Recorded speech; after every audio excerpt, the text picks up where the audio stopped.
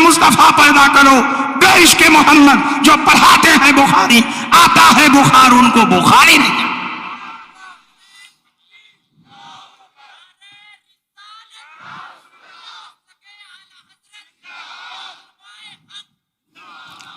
اب بتائیے ایصال ثواب کا ثبوت ہو رہا ہے کہ نہیں ہو رہا ہے؟ یہ کہتے ہیں کہ آپ لوگ تو کھانے ہی پر فاتحہ پڑھتے ہیں. جب دیکھیے بریانی ہے، پلاؤ ہے، زردہ ہے، قورمہ ہے. ارے آپ لوگوں کو اگر ثواب ہی پہنچانا ہے تو غلے پر فاتحہ پڑھ دیجیے، غریبوں کو کپڑا دے دیجیے. میں کہتا ہوں کہ تمہارے اوپر احسان کر رہے ہیں، کیونکہ جن چیزوں پر ہم نے فاتحہ پڑھ دیا تم کھانے سے محروم ہو گئے. بریانی پر فاتحہ پڑھ دیا، کھانے سے انکار کر دیا. پلاؤ پر فاتحہ کر دیا، کھانے سے انکار کر دیا. زردہ پر فاتحہ پڑھ دیا، کھانے سے انکار کر دیا. اب زیادہ تاؤ دلاؤ گے تو حیدرآباد کے تمام غلہ گوداموں میں گھس کر تمام غلوں پر فاتحہ پڑھ دیں گے، اور مفت لال کی فیکٹری میں گھس کر تمام کپڑوں پر فاتحہ پڑھ دیں گے. روڈ پر بھوکے اور ننگے نظر کچھ چیزوں کو چھوڑ دے رہے ہیں تو تمہارے اوپر احسان کر رہے ہیں. اور سنیے کیوں ہم کھانے ہی پر فاتحہ پڑھتے ہیں. بخاری کی حدیث سنیے، اللہ کے نبی سید عالم صلی اللہ علیہ وسلم ارشاد فرماتے ہیں لا تنفق امرأة شيئا من بیت زوجها الا باذن زوجها. کوئی عورت اپنے شوہر کے گھر سے کسی کو کچھ نہ دے مگر شوہر کی اجازت سے دے. صحابہ نے پوچھا یا رسول اللہ ولا الطعام، عورت کھانا بھی کسی کو نہیں دے سکتی ہے؟ اللہ کے نبی نے فرمایا ولا الطعام وذلك افضل اموالنا، کھانا بھی نہیں دے سکتی ہے اور کھانا ہماری چیزوں میں سب سے افضل اور بہتر ہے. نبی نے جس کو سب سے افضل اور بہتر بتایا وہ کھانا ہے، کیونکہ دکان پر زندگی کا مدار نہیں ہے، کپڑے پر زندگی کا مدار نہیں ہے، گاڑی پر زندگی کا مدار نہیں ہے، موبائل پر زندگی کا مدار نہیں ہے، لیکن کھانے پر زندگی کا مدار ہے. اگر آدمی کو کھانا نہ دیا جائے تو آدمی مر جائے گا. اللہ کے نبی نے کھانے کو سب سے افضل اور بہتر بتایا، تو نبی نے جس کو افضل بتایا اس پر ہم نے فاتحہ پڑھی. اور گدھا کہتا ہے کہ کیوں کھانے پر فاتحہ. لیکن جس کھانے پر آپ فاتحہ پڑھ دیں گے یہ نہیں کھائیں گے. کیوں نہیں کھاتے ہیں؟ ایک صاحب نے پوچھا حضرت کیوں نہیں کھاتے ہیں؟ میں نے کہا انہی سے پوچھو کیوں نہیں کھاتے ہیں. اس کھانے کو تو سب کھانے کے لیے تیار ہے. انسان کھا رہے ہیں، مسلمان کھا رہے ہیں، نیتا کھا رہے ہیں، جانور کھا رہے ہیں، لیکن یہی کھانے سے انکار کر رہے ہیں. ان سے پوچھو یا ان کا پرسنل میٹر ہے، ذاتی معاملہ ہے، آخر اس میں کون سی زہر کی پڑیا مل گئی ہے؟ ہم نے قرآن کی آیتیں پڑھ دی تو کیا غلط کر دیا؟ کہا نہیں، جس کھانوں پر آپ لوگ فاتحہ پڑھ دیتے ہیں یہ نہیں کھاتے ہیں، اس کی وجہ کیا ہے؟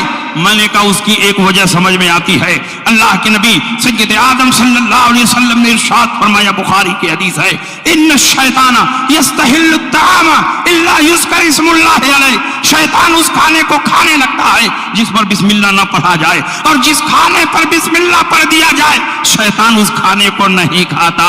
اس کا مطلب یہ ہے کہ جس کھانے پر فاتحہ پڑھ دیا جائے شیطان اس کو نہیں کھا سکتا. جب صرف بسم اللہ کا اتنا تگڑا جھٹکا ہے تو ہم نے تو اعوذ باللہ بھی پڑھ دیا، بسم اللہ پڑھ دیا، چاروں کل پڑھ دیا، سورہ فاتحہ پڑھ دیا. اب تو ابلیس کا باپ بھی کھانا چاہے تو اس کھانے کو نہیں کھا سکتا. اس لیے پہچان بتائی جا رہی ہے کہ کن سے دور رہنا ہے، ان کا شجرہ نسب کہاں سے مل رہا ہے.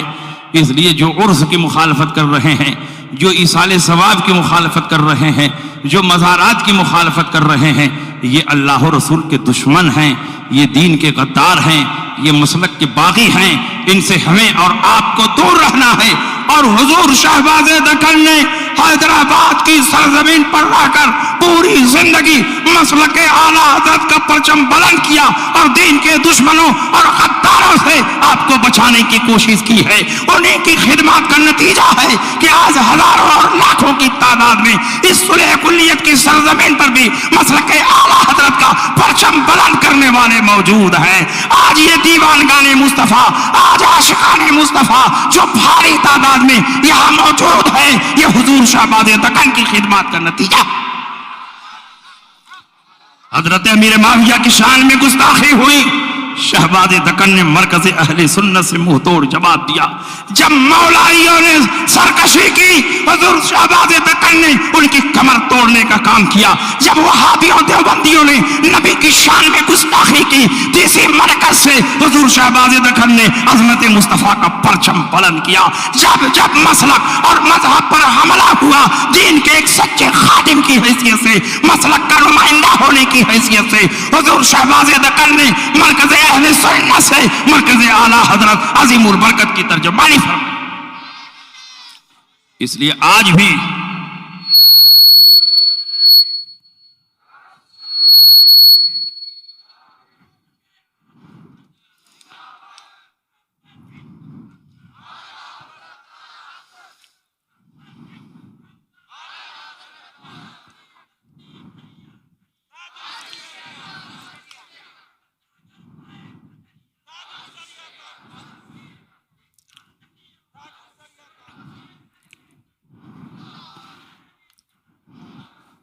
اس لیے آپ پر حق ہے کہ آپ حضور شہباز دکن کے عرس کو پوری شان و شوکت کے ساتھ منائیں، کیونکہ حیدرآباد کی سرزمین پر انہوں نے عرس کی عظمتوں کی حفاظت کی ہے، صحیح خانقاہوں کے عظمت کا تحفظ کیا ہے، مسلک اعلیٰ حضرت کا پرچم بلند کیا ہے، ہزاروں لاکھوں مسلمانوں کو گمراہ اور صلح کلی ہونے سے بچایا ہے، مولائیت کے سینے پر سوار ہو کر اور نیم رافضیوں کے کندھے پر چڑھ کر مسلک اعلیٰ حضرت کا پرچم بلند کیا ہے. اس لیے اللہ نے ان کی شان کو بلند کیا ہے. آپ اس دنیا میں تھے تو لوگ آپ کی راہ میں اپنے دلوں کا فرش بچھاتے تھے، اور آپ اس دنیا سے قبر اطہر میں آ گئے ہیں تو لوگ آپ کی بارگاہ میں پہنچ کر اپنے دلوں کا نذرانہ پیش کر رہے ہیں. اس لیے ہر حال میں مرکز اہل سنت کی حفاظت کریں، یہ آپ کا دینی فریضہ ہے. اس کے تمام منصوبوں کو آگے بڑھائیں. اور اس وقت حضور شہباز دکن کے شہزادے حضرت علامہ مولانا اویس رضا صاحب پوری مضبوطی کے ساتھ حیدرآباد کی سرزمین پر مسلک اعلیٰ حضرت کی خدمت کر رہے ہیں. جو راستہ حضور شہباز دکن نے دکھایا تھا، جو تعلیمات آپ نے عام کی تھی، انہی تعلیمات کو لے کر اسی راستے پر حضرت مولانا اویس رضا صاحب چل رہے ہیں. اس لیے آپ ان کے دست و بازو بنیں، ان کے منصوبوں کو آگے بڑھائیں اور مرکز اہل سنت کی حفاظت کا انتظام کریں. انہی باتوں کے ساتھ میں اپنی تقریر ختم کر رہا ہوں. انشاءاللہ پھر موقع ملا تو میں اس موضوع پر اور بھی تفصیل کے ساتھ آپ کے سامنے گفتگو کرنے کی جسارت کروں گا. جاتے جاتے اعلیٰ حضرت کا یہ پیغام بھی سن لیجئے. دشمن احمد پہ شدت کیجئے، ملحدوں کی کیا مروت کیجئے، غیظ میں جل جائیں بے دینوں کے دل، یا رسول اللہ کی کثرت کیجئے چرچا انہی کا صبح و شام، جانے کافر پر قیامت کیجئے. مثل فارس زلزلے ہو نجد میں، ذکر آیات ولادت کیجئے، اور شرک ٹھہرے جس میں تعظیم حبیب، اس برے مذہب پہ لعنت کیجئے. انہی باتوں کے ساتھ میں آپ کے درمیان سے گزر رہا ہوں. مجھے امید ہے کہ میری مختصر سی تقریر میں آپ نے عرس کی شرعی حیثیت کا اندازہ اور دلائل و براہین کا بھی اندازہ لگا لیا ہوگا. وآخر دعوانا ان الحمدللہ رب العالمین وما علینا الا البلاغ. السلام علیکم. نعرہ تکبیر، نعرہ رسالت. شہزادہ حضور محدث کبیر، شہزادہ حضور محدث کبیر، داماد حضور سبحان اللہ. محدث کبیر.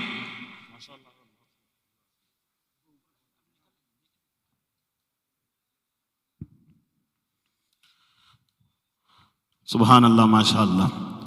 میرا دل اور میری جان ہے شہباز دکن، سرور دین کی پہچان ہے شہباز دکن.